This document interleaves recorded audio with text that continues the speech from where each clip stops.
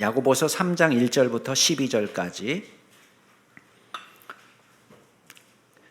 제가 한 절, 여러분이 한 절 교독하겠습니다. 1절부터 제가 먼저 읽습니다. 내 형제들아, 너희는 선생된 우리가 더 큰 심판을 받을 줄 알고 선생이 많이 되지 말라.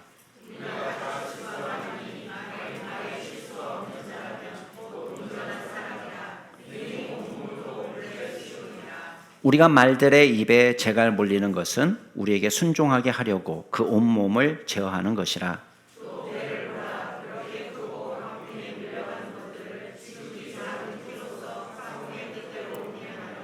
이와 같이 혀도 작은 지체로되 큰 것을 자랑하도다. 보라, 얼마나 작은 불이 얼마나 많은 나무를 태우는가.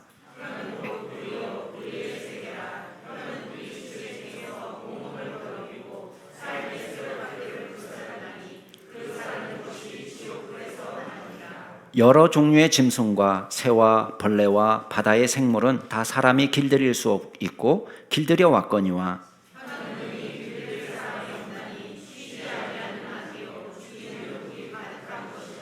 이것으로 우리가 주 아버지를 찬송하고 또 이것으로 하나님의 형상대로 지음을 받은 사람을 저주하나니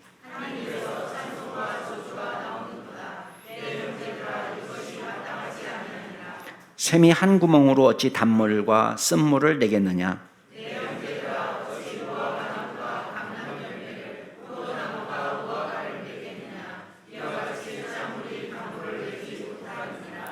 아멘.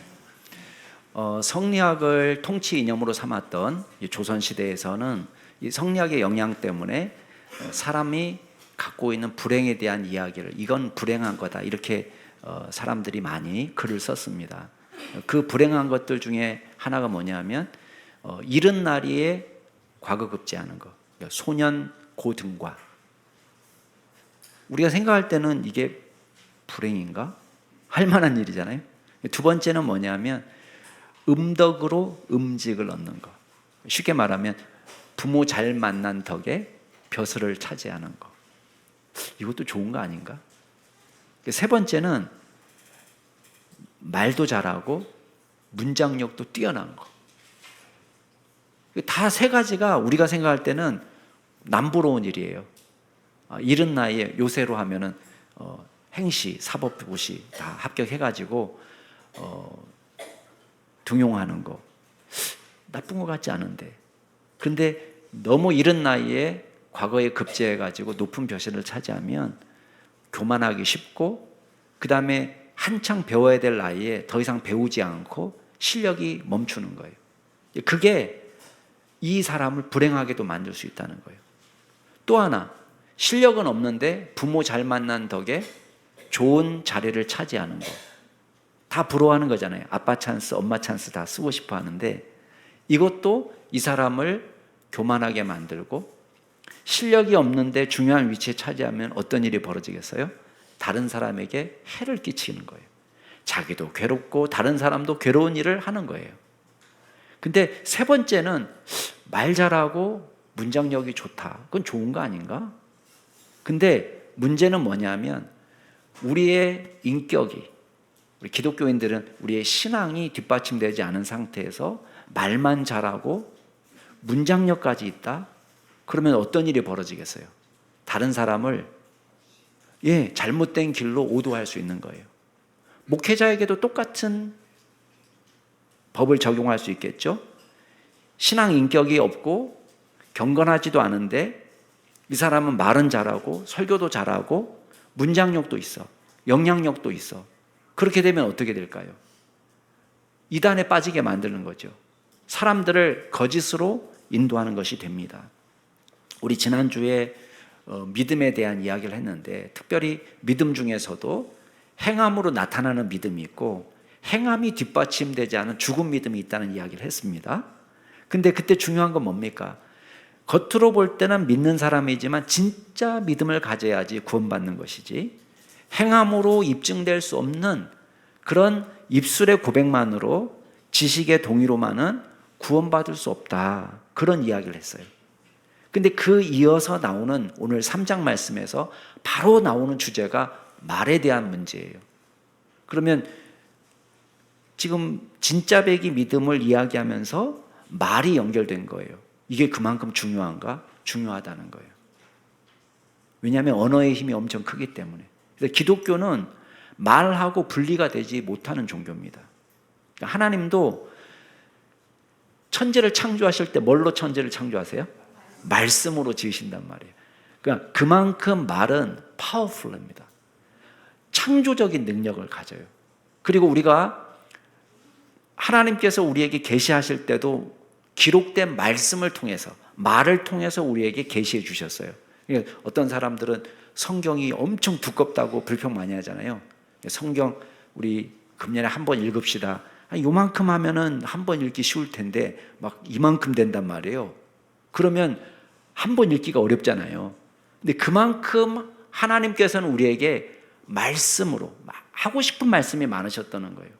그 다음에 우리가 전도할 때도 뭘 사용합니까?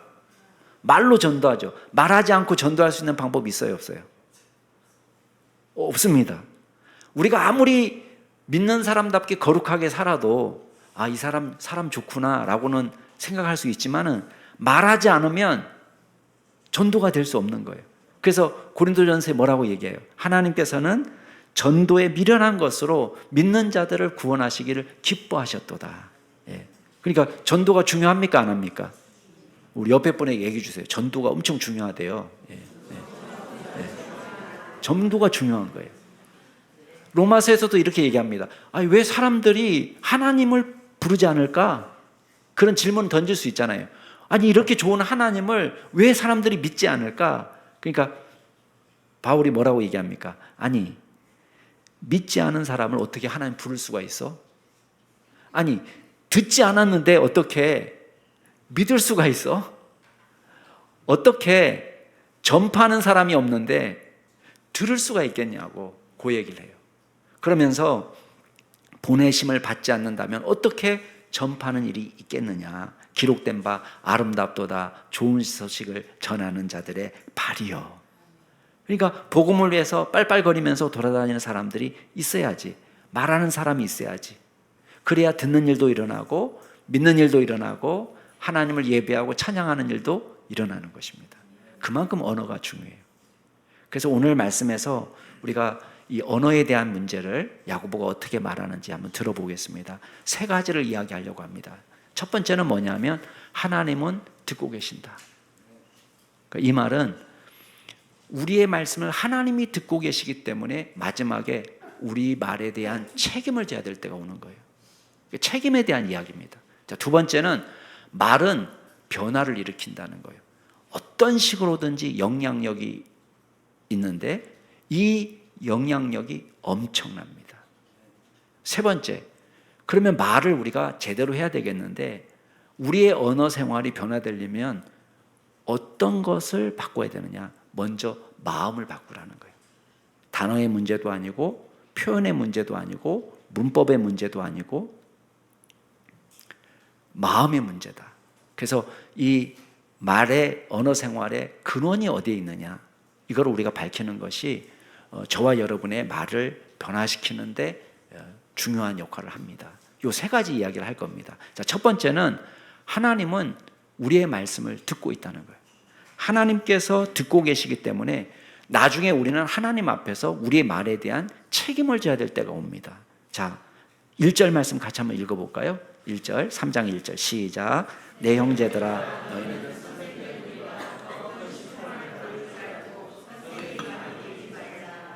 아멘. 자, 여기 보면 원문 순서대로 하면 뭐가 제일 먼저 등장하느냐 하면 너희는 선생이 많이 되지 말라. 그 말이 제일 앞에 나와요. 우리말 성경으로는 조금 뒷부분에 갔지만 원문 성경으로는 이 말이 제일 앞에 나와요. 그러면 여러분이 질문하고 싶겠죠. 선생이 되지 말라고 그랬으니까 지금 제일 먼저 야단난 사람들은 누구예요? 주일학교 교사들 지금. 유치부, 아동부, 중고등부, 청년부 선생 되지 말라고 그랬는데 내 목사님한테 속아서 선생 됐네. 이렇게 생각하는 사람이 있겠죠. 그 다음 제일 아뜨거라 하는 사람 또 누구예요? 우리 다락방 순장님들 지금. 와, 목사님 사기쳤네. 성경에는 선생 되지 말라고 했는데 지금 나를 순장으로 몰아넣었구만. 이렇게 생각하시면 잘못된 해석이에요. 그러니까 여기서 지금 선생이 많이 되지 말라 이 말은 그 말을 하고 싶은 게 아니에요. 원래 다른 성경하고 조화를 이루어야 되잖아요. 그러면 다른 말씀들은 뭐라고 이야기하고 있어요? 우리 히브리서 지난번에 배웠잖아요. 히브리서가 소원하는 건 뭐예요?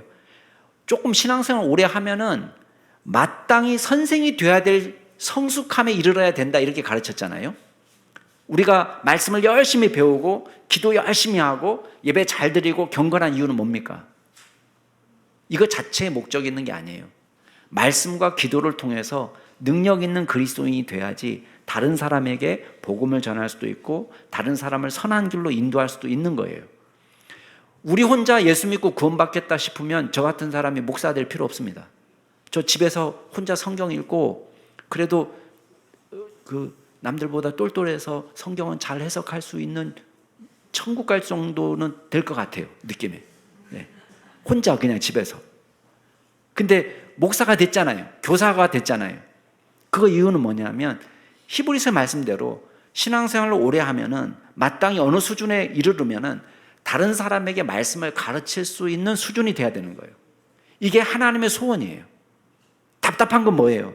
여전히 딱딱한 음식을 못 먹고 말씀의 초보에 머물러 있으면서 젖이나 빨아먹는 영적 어린아이가 되었다. 그거가 문제가 되는 거예요. 바울은 디모데 전서에서도 마찬가지고 디모데 후서에서도 마찬가지고 바울이 자랑하는 건 뭐예요? 나는 하나님께서 나를 이 복음을 위한 선포자로, 교사로, 사도로 세워주셨다. 이걸 자랑해요.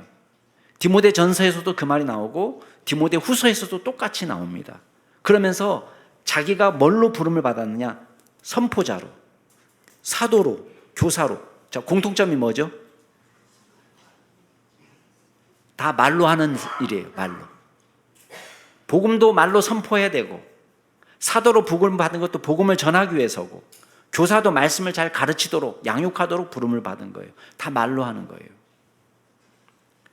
고린도전서에 우리 지금 보고 있잖아요. 새벽 예배 때 보고 있는데 고린도전서 12장에 보면은 교회 안에 있는 직분을 이야기할 때 첫째 사도고 바울이 얘기하는 거예요.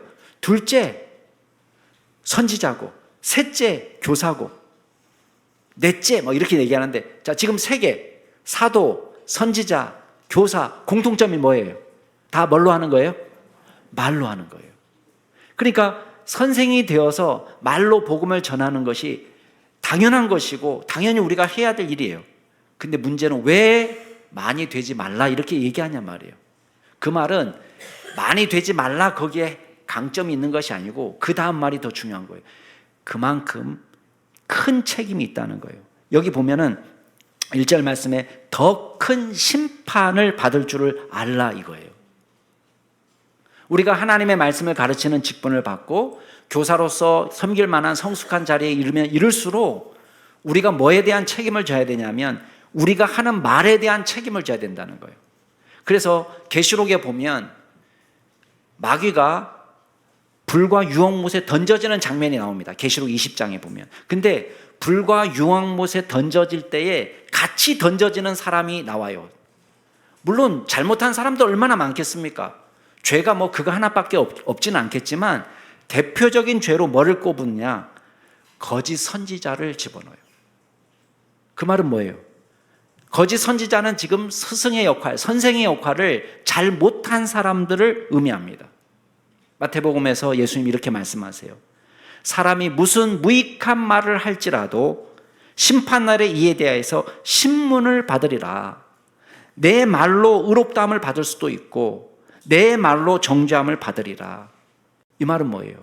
하나님이 우리가 일상에서 하고 있는 모든 일들, 모든 말들을 다 듣고 계시고 마지막 날에 책임을 물으신다는 거예요. 자, 2절 말씀도 한번 읽어보겠습니다. 2절 시작. 우리가 다 실수가 많으니 말에 실수가 없는 자라면 곧 온전한 사람이라 능히 온 몸도 굴레 씌우리라. 아멘. 지금 야고보는 자기도 여기 포함시켜요. 그래서 3장 2절에 보면 우리가 다 실수가 많다. 특별히 어떤 부분에 있어서 말에. 만약에 말하는 것에서 실수가 없는 사람, 이 사람은 온전한 사람이다. 이렇게 얘기해요. 여러분, 야고보는요, 그 당시 사람들이 별명을 붙였습니다. 이 사람한테. 자, 야고보가 가진 별명이 몇 개 있죠? 지난번에 여러분이 맞춘 별명이 있어요. 어떤 별명이 있죠? 야고보가 가진 별명? 낙타무릎. 여러분 맞췄어요, 그때? 예. 낙타무릎이라는 별명도 가졌는데 또 하나 별명이 있어요. 그게 뭔지 아세요? 의인이라는 별명이에요. 의인. 이거는 특별히 예수 안 믿는 사람도, 유대인들도 이 야고보를 의인이라고 불렀어요. 왜 그러냐? 율법에 가장 정통한 사람이에요. 율법을 잘 알고 또 그 말씀대로 살기 위해서 다른 사람들이 볼 때도 노력한 사람이니까 유대교적인 관점에서도 흠이 없는 사람이라고 보았어요. 그래서 이 사람들이 의인이라고 이름을 붙였어요. 근데 야고보 자신은 자기를 어떻게 소개합니까? 우리가 다 실수가 많은 사람이다. 그것도 과거형으로 쓰지 않았어요. 현재형이에요. 우리가 넘어진다, 자주. 옛날에 넘어졌던 사람, 옛날에 실수했던 사람이 아니고 지금도 여전히 넘어지고 있고 실수하는 사람이다 라고 고백하는 거예요. 이 말은 뭐예요?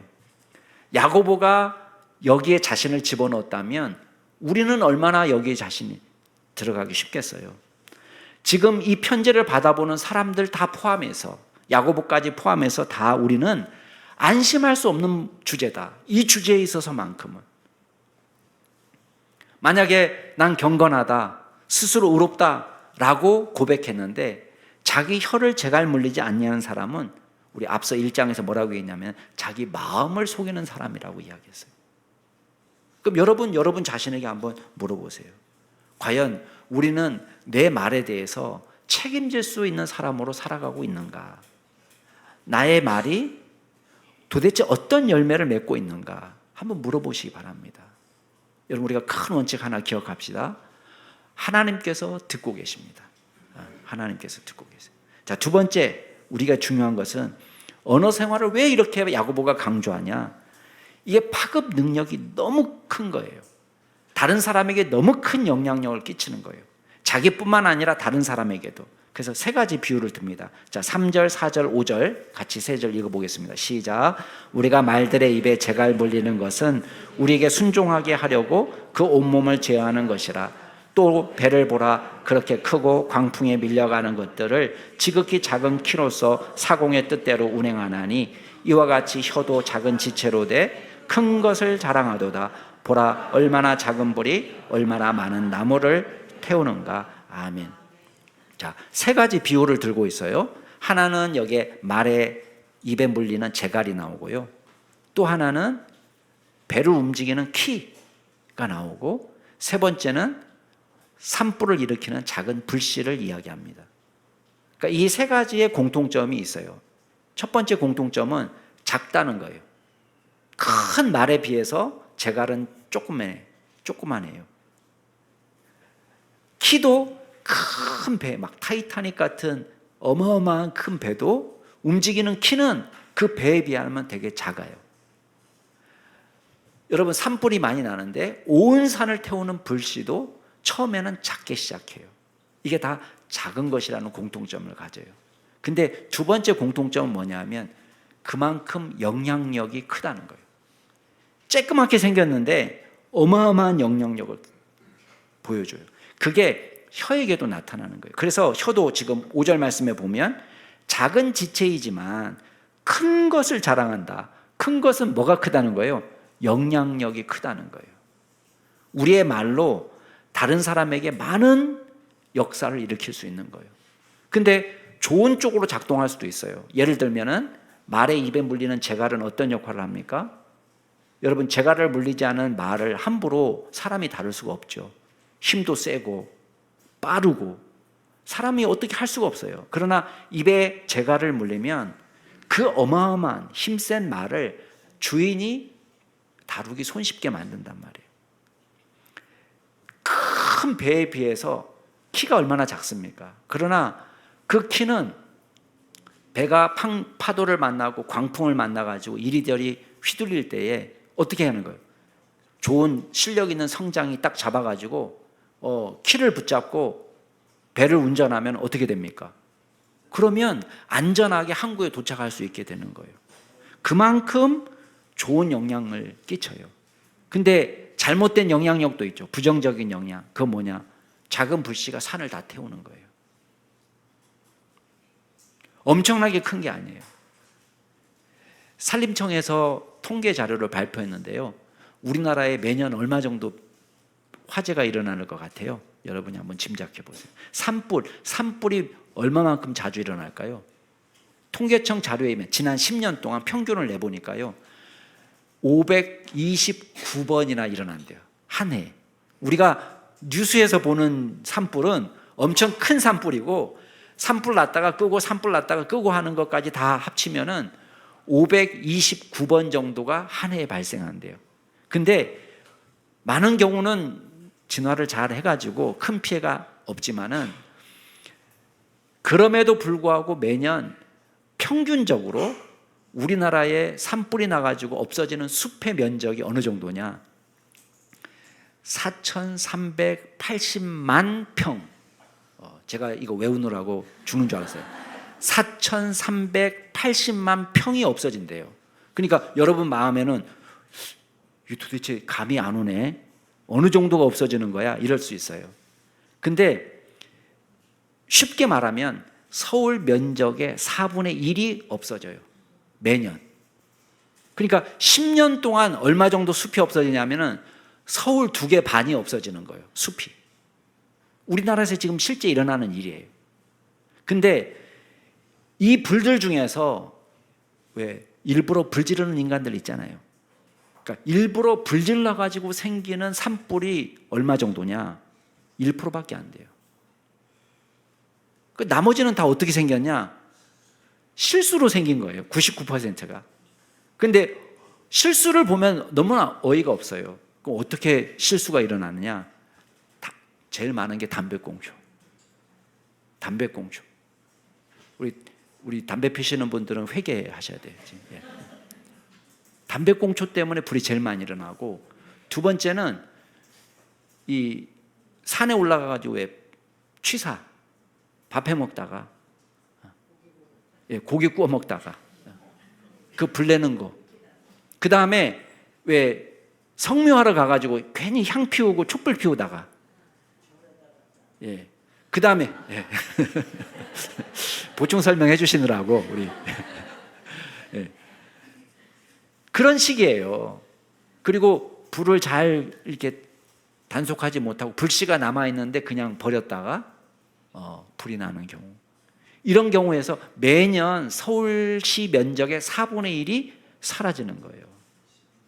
여러분, 우리 말도 그렇잖아요. 뭔가 고의적으로 저 사람한테 해를 입혀야지. 그리고 해를 입히는 사람이 어디 있습니까?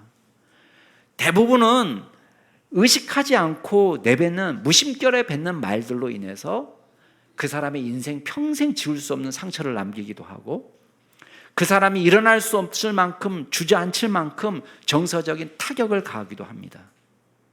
그래서 이 혀의 부정적인 영향을 뭐라고 설명하냐면 6절에 이렇게 설명해요. 6절 같이 한번 읽어볼까요? 시작. 혀는 곧 불이요 불의의 세계라. 혀는 우리 지체 중에서 온 몸을 더럽히고 삶의 수레바퀴를 불살하나니 그 사르는 것이 지옥불에서 나느니라. 아멘. 혀를 불에다가 비유하는데 특별히 불의의 세계다 이렇게 이야기합니다. 불의의 세계. 정의롭지 않은 것 죄악 덩어리다 이 말이에요. 죄악의 총체. 우리 입에서 온갖 죄악이 나오는 거예요. 그리고 이걸 어떻게 표현하냐면 온 몸을 더럽힌다. 여러분 여기서 온 몸을 더럽힌다는 것은 이 우리의 말로 단순히 어떤 육신의 해를 가하는 걸 말하는 게 아닙니다. 여기서 몸이라는 것은 우리 인간은 지정의를 가졌잖아요. 그죠? 우리의 모든 전 존재를 말하는 거예요. 그러니까 영적으로도 해를 끼칠 수 있고 정서적으로도 해를 끼칠 수 있고 우리를 주저앉힐 수도 있고 이런 모든 악을 여기서 이렇게 표현한 거예요. 온몸을 더럽힌다. 그리고 여기 삶의 수레바퀴를 불사른다라는 표현을 썼습니다. 여기 생의 수레바퀴라는 말로도 번역이 가능한데, 이 생의 수레바퀴는 뭐냐? 그냥 어떤 한순간만 영향을 끼치는 게 아니라요, 우리의 평생을 좌우할 수도 있는 거예요. 태어나면서부터 시작해서 죽을 때까지. 여러분의 마음에 지금도 남아있는 말이 있을 수 있잖아요. 여러분이 어렸을 때 받았던 어떤 말 때문에 우리가 평생을 가져가기도 합니다. 저희 돌아가신 아버님 얘기해서 참 죄송하지만 저희 아버지가 무심결에 한 말이에요. 제가 아무래도 아들들이 좀 딸보다 약간 늦자라잖아요. 근데 초등학교 들어갔는데 이 퀴즈를 내는 거예요. 야, 니네 하루에 100원어치씩 군것질하면 사남매인데 얼마 먹는 거냐? 400원이라고 제가 대답을 했는데, 그러니까 아버지가 고무가 된 거예요. 지금 초등학교 1학년짜리가 한 자릿수 덧셈 뺄셈을 해야 되는데 지금 세 자리 덧셈 뺄셈을 한 거 아니에요. 고무가 돼가지고, 그러면 너희들이 하루에 1,000원씩 군것질을 하면 사남매가 도대체 얼마만큼 먹어치우는 거냐? 그렇게 얘기하니까 제가 버퍼링이 걸리더니 딱 시스템 아웃 돼버린 거예요. 시스템 종료가 돼서 답을 못하는 거예요. 왜? 1,000단위는 너무 큰 거예요. 만져보지도 않은 돈인 거예요. 그러니까 1,000원은 내가 만져보지 않았는데 100원짜리는 주머니에 늘 있는데 1,000원짜리는 만져보지 않으니까 답이 안 나오는 거예요. 그랬더니 저희 아버님이 하는 말이, 야, 아들 하나 있는 것이 머리가 저 모양이라서 이렇게 말씀하신 거예요. 그래서 저는 나는 머리가 나쁘다, 머리가 나쁘다, 머리가 나쁘다를 고등학교 2학년 때까지 그렇게 생각하고 살았어요. 나중에 상담하러 가서 고등학교 2학년 담임 선생님이 이제 불러서 상담하잖아요. 그리고는 야, 한꺼번에 3명씩 들어가서 상담했거든요. 3명 딱 들어갔더니, 야, 우리 반에서 제일 머리 좋은 놈들 다 여기 모여 있네. 그때 IQ가 제가 조금 높다는 걸 알았어요. 그 전까지는 저는 어떻게 살았냐면, 나는 머리가 나빠, 머리가 나쁘기 때문에 난 열심히 노력해야만 살 수 있어, 이렇게 생각하고 산 거예요. 근데 고등학교 2학년 때 그걸 알고 나서 내가, 와, 속았다. 속았다. 우리 아버지는 벌써 돌아가셨어. 따질 수도 없고. 근데 그거를 평생 우리가 갖고 갈 수 있는 말이 있어요. 여러분, 제가 계속 나는 머리가 나빠서 안 돼, 머리가 나빠서 안 돼, 이거를 평생 갖고 살 수도 있잖아요. 우리는 아무것도 아니라. 그러면 여러분이 생각할 거예요. 아, 목사님, 저는요 아무 힘도 없는 사람이에요. 제 말에 무슨 누구한테 영향을 끼칠 수 있겠습니까? 천만의 말씀이에요. 아무리 조그만 아이의 말에도요 파워가 있어요. 어떤 애가 부모님이 전염병으로 하루아침에 돌아가셨어요. 고아가 됐어요. 외삼촌이 얘를 데려다 키웠어요. 근데 외삼촌이 너무 이뻐서, 여동생 딸이거든요. 여동생 딸이니까 너무 예뻐서 길렀는데 외삼촌도 병으로 일찍 돌아가신 거예요. 그러니까 외숙모가 키우게 된 거예요. 외숙모하고 얘하고는 피 한 방울 섞이지 않았어요. 근데 이 외삼촌이 돌아가시면서 이 외숙모한테 유언을 남긴 거죠. 제 조카지만 딸처럼 키워달라, 이렇게 하고 죽은 거예요. 근데 외숙모가 빈정상했어요. 처음 데려올 때부터 자기하고 상의하지 않고 데려왔거든요. 고하니까 불쌍하니까 데려다 키운 거 이해는 되지만, 근데 자기 남편이 자기도 친아들도 있고 딸도 2명 있는데 자기 애들 못지않게 더 사랑해 주는 거예요. 자기가 볼 때는. 그러니까 빈정상했어요. 근데 꼭 죽을 때 꼭 그 말을 해야 되겠냐. 너무 상처받은 거예요. 조카지만 내 딸처럼 키워달라. 마음이 좋게 안 갔어요. 그걸 이 아이도 알 거 아니에요. 너무 말썽 피우니까 그냥 기숙학교 보내버렸어요. 기숙학교 보냈는데 선보러 온 선생님한테 이 아이가 듣는 데서 뭐라고 얘기했냐면, 얘 고집 만만치 않다고, 얘 거짓말쟁이고 고약한 놈이라고 그렇게 얘기를 해준 거예요, 선생님한테. 근데 이 아이는 10살짜리예요. 귓구멍이 다 열려서 들었어요. 그러니까 이 아이가 나중에 학교 떠나기 전날 뭐라고 얘기해요? 싸우면서 난 당신 외숙모라고 부르지 않겠다고. 그리고 나는 당신 커서도 찾아오지 않겠노라고. 그리고 나는 이 집에서 살았던 시간이 지옥이었다고. 어디 가서 얘기할 때 나는 구박만 받았다고 이야기하고 다닐 거라고 이야기하니까 외숙모 기분이 좋아요, 안 좋아요? 안 좋아요. 이걸 평생 죽을 때까지 가져간 거예요. 그러니까 나중에 얘 피부치가 어디 있는지 몰랐는데 삼촌이 연락 왔어요. 내가 돈을 많이 벌었는데 그 고아가 된 우리 조카한테 내가 유산을 물려주겠다. 아빠 쪽 친척 삼촌이 연락을 와서 얘 있는 데를 알려달라. 얘 지금 기숙학교에 보내고 이제 커가지고 딴 데서 교사하고 있는데 주소 알죠? 알려면은 3년 동안 안 알려준 거예요. 근데 죽을 때가 돼서야 얘를 찾아가지고 그걸 편지를 보여준 거예요. 미워가지고 알려주지 않은 거예요. 얘 부자가 되는 게 싫어가지고. 자, 이 이야기가 물론 제인 에어라는 소설 속에 나오는 이야기입니다. 근데 이런 일이 현실에서 일어납니까? 안 일어납니까? 일어나는 거예요. 여러분, 10살짜리 꼬마도 상처를 주고 평생 이 아이를 미워하면서 내가 으득으득 이를 갈면서 살게도 만들 수 있고요. 어른도 이 아이한테 상처를 주고 그렇게 할 수 있는 거예요. 그러니까 우리는 입이 열려서 말을 할 수 있는 모든 분들은 이게 파워가 있는 거예요. 여러분들이 아무리 유명한 연예인도 저 시골에 아무도 알아주지 않는 사람의 말 때문에 죽을 수도 있는 거예요. 우리가 무슨 파워나 권력이 있기 때문에가 아니라 그만큼 말에는 영향이 있는 것입니다. 더 안타까운 건 뭐냐? 이 입을 통제할 수 있는 능력이 우리에게 없다는 거예요. 여러분 8절 9절 한번 읽어보세요. 7절 9절 7절 8절 죄송합니다. 7절 8절 한번 읽어보겠습니다. 시작. 여러 종류의 짐승과 새와 벌레와 바다의 생물은 다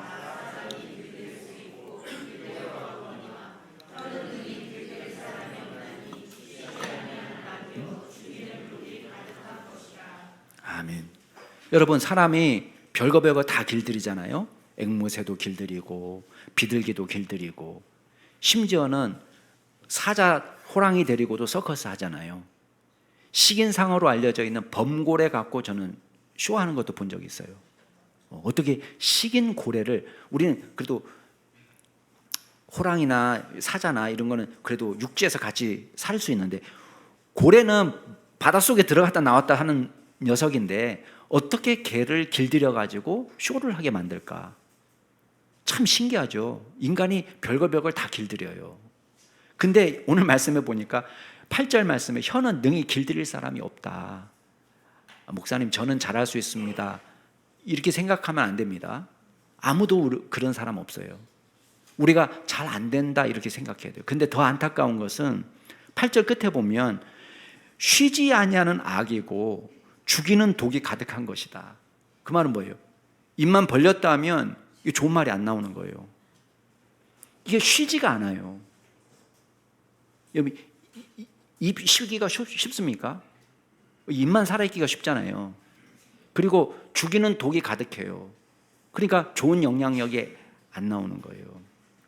엄청난 능력을 가지고 누군가를 지옥에도 떨어뜨릴 수 있고 누군가를 일으킬 수도 있고 엄청난 영향력을 끼치는 거예요. 어떤 분들은 내가 선생님의 이 말씀 때문에 내가 살았습니다. 이런 사람도 있잖아요.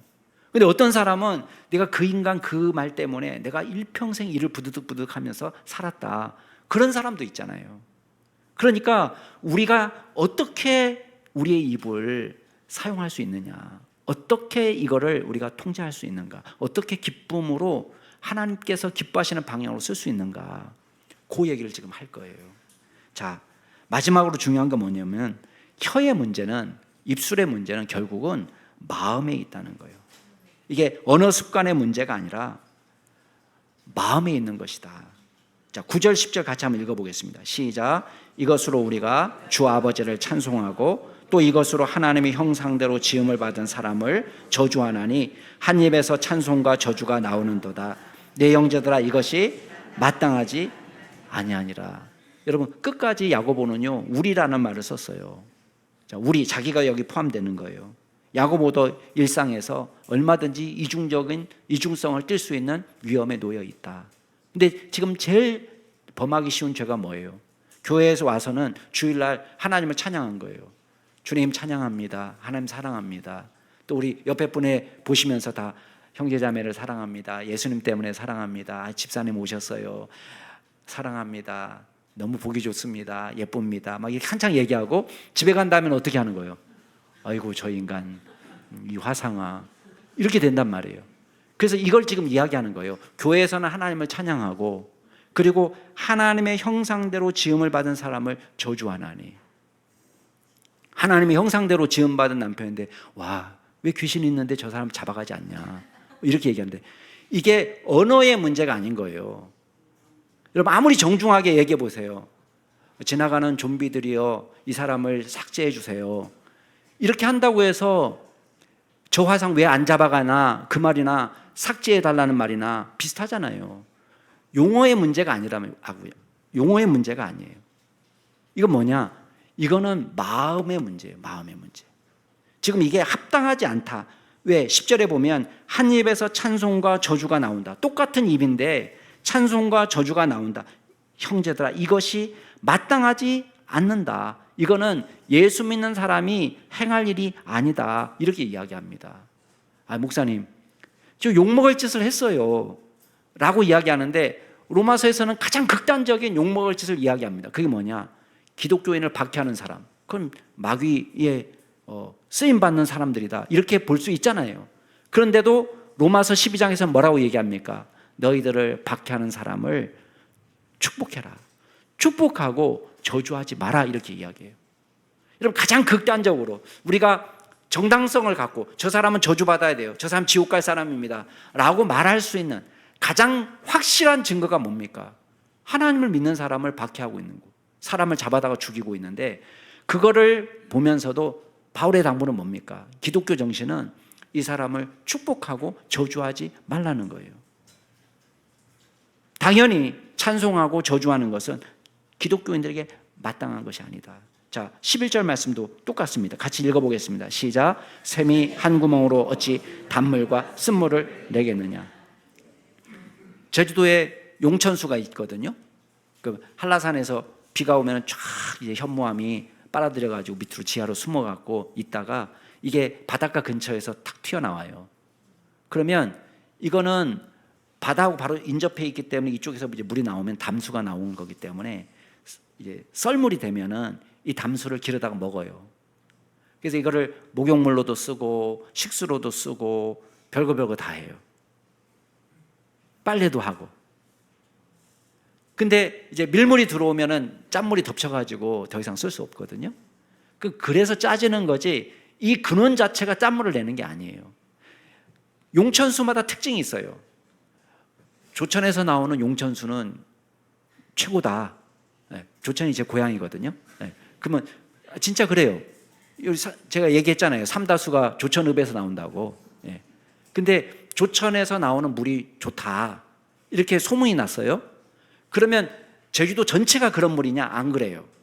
어떤 곳에서는 담수가 나오는데 약간 조금 짠물이 섞여서 나와요. 미적지근한 물이 나와요.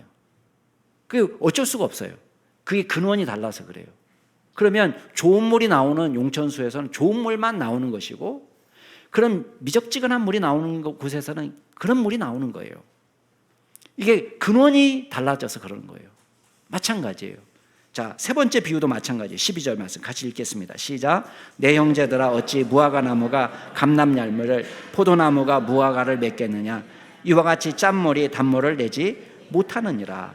결국은 나무가 어떤 나무냐가 중요한 거죠. 열매를 탓하면 안 되죠. 너 왜 포도나무 열렸어? 포도 열렸어. 무화과 나무한테 포도나무에게서는 포도를 기대해야지 무화과를 기대하면 안 되잖아요. 왜 너 무화과 안 돼? 이렇게 말하면 안 된단 말이에요. 나무의 문제인 거예요. 결국 문제는 뭐냐면 우리의 언어 생활도 우리의 마음과 관련이 있어요. 그래서 예수님이 뭐라고 얘기했냐면 입에서 나오는 것들은 결국은 마음에서 나오는 거다. 이랬습니다. 이것이야말로 사람을 더럽게 한다. 입에서 나오는 것이 마음에서 나오는 악한 생각, 살인, 간음, 음란, 도적질, 거짓 증언, 비방. 거짓말이 문제가 아니라, 비방이 문제가 아니라, 험담이 문제가 아니라, 욕설이 문제가 아니라 우리의 마음 속에 무엇이 담겨 있는가, 그걸 지금 문제 삼는 거예요. 여러분, 다이어트만 요요가 있는 게 아닙니다. 우리 기껏 10kg 뺐는데 막 15kg 쪄버리고, 이게 요요잖아요. 근데 말도 마찬가지인 거예요. 여러분, 무건수행 할 수 있습니다. 어떤 수도원에 가면 무건수행 시켜요. 그런 거 경험해 보셨죠? 수도원에 가면은 말하지 말라는 거예요. 왜? 입에서 나오는 것이 더러운 것이 나오니까 침묵하는 훈련을 합니다. 근데 여러분, 무건수행으로, 말을 줄임으로 우리가 입 밖에 내는 단어의 수는 줄일 수가 있어도 우리의 심령을 바꾸지는 못하는 거예요. 우리의 마음이 바뀌지 않으면 눌러놓고 눌러놨다가 다이어트 요요 오듯이 요요가 오는 거예요. 금방 욕설이 나오고, 금방 험담이 나오고, 금방 마음속에 죽이고 싶은 마음, 시기하는 마음, 음란한 마음, 탐하는 마음, 잘 보이고 싶은 마음, 속이고 싶은 마음, 시기하고 질투하는 마음들이 마구 올라오는 거예요. 그래서 이것이 언어가 되는 것입니다. 거짓말도 될 수 있고, 자랑도 될 수 있고, 무례한 말도 될 수 있고. 여러분, 저 사람을, 하나님의 형상을 존중하는 마음이 없는데 어떻게 말이 좋게 나가겠어요? 이거를 담아놨다가 나중에는 무시하는 말이 나오는 거예요. 함부로 욕하는 거예요. 예수님이 그래서 말씀하세요. 선한 사람은 그 쌓은 선에서 선을 내고, 악한 자는 그 쌓은 악에서 악을 내나니 이는 마음에 가득한 것을 입으로 말하느니라. 너희 지체를 불의의 무기로 죄에게 내주지 말고. 바울의 해법이 이겁니다. 우리의 지체들을, 복수예요, 손이나 발이나 입이나 우리의 지체들을 불의의 무기로 죄에게 내주지 말고. 자, 그 다음 말이 중요합니다. 오직 너의 자신을 죽은 자 가운데서 다시 살아난 자 같이 하나님께 드리라. 여러분, 이게 이해가 됩니까? 앞에는 너희 지체들을 이렇게 얘기했잖아요. 너희 지체들을 불의의 무기로 죄에게 드리지 말고, 그 다음에는 우리가 생각할 때는 의의 지체들을 이렇게 나와야 되잖아요. 근데 의의 지체들 대신에 뭐가 나왔어요? 오직 너 자신을, 이렇게 얘기하는 거예요. 너희 자신을, 우리의 전 존재를, 우리의 마음을, 우리의 영혼을 하나님께 드리라고 말하는 거예요. 왜 그렇습니까? 우리의 손과 발과 입을 드리라, 물론 나중에 나와요. 그렇지만 그 전에 뭐가 중요한 거예요? 우리의 심령을 하나님께 드리는 것이 중요한 거예요. 우리의 생각을, 너희는 마음으로 새롭게 돼요. 변화를 받아. 그 마음도 뭐예요? 우리의 생각, 믿음을 말하는 거예요. 로마서 12장. 우리 자신을 바꿔서, 변화시켜서. 여러분, 우리가 주의 은혜 없이는 말조차 은혜롭게 할 수 없는 사람이라는 것을 인정하시고 주님 앞에 내어놓는 믿음의 종들이 되기를 주의 이름으로 축복합니다. 사랑하는 성도 여러분, 우리에게는 일상에서 언어 생활하지만 하나님께서 모든 것을 듣고 계시다는 것을 기억하십시오. 우리의 말엔 엄청난 영향력을 끼칩니다. 여러분 가정을 천국으로 만들 수도 있고요, 여러분의 가정을 지옥처럼 만들 수도 있습니다. 여러분의 사랑하는 배우자를 훌륭한 믿음의 사람으로도 세울 수 있지만 여러분을 만나서 오히려 망가뜨릴 수도 있습니다. 우리의 언어로 우리의 자녀를 세우고 훌륭한 믿음의 자녀로 키울 수도 있지만 평생 마음에 한을 품고 살아가는 안타까운 열매를 맺기도 합니다. 어떻게 우리의 입술을 사용하면 좋겠습니까?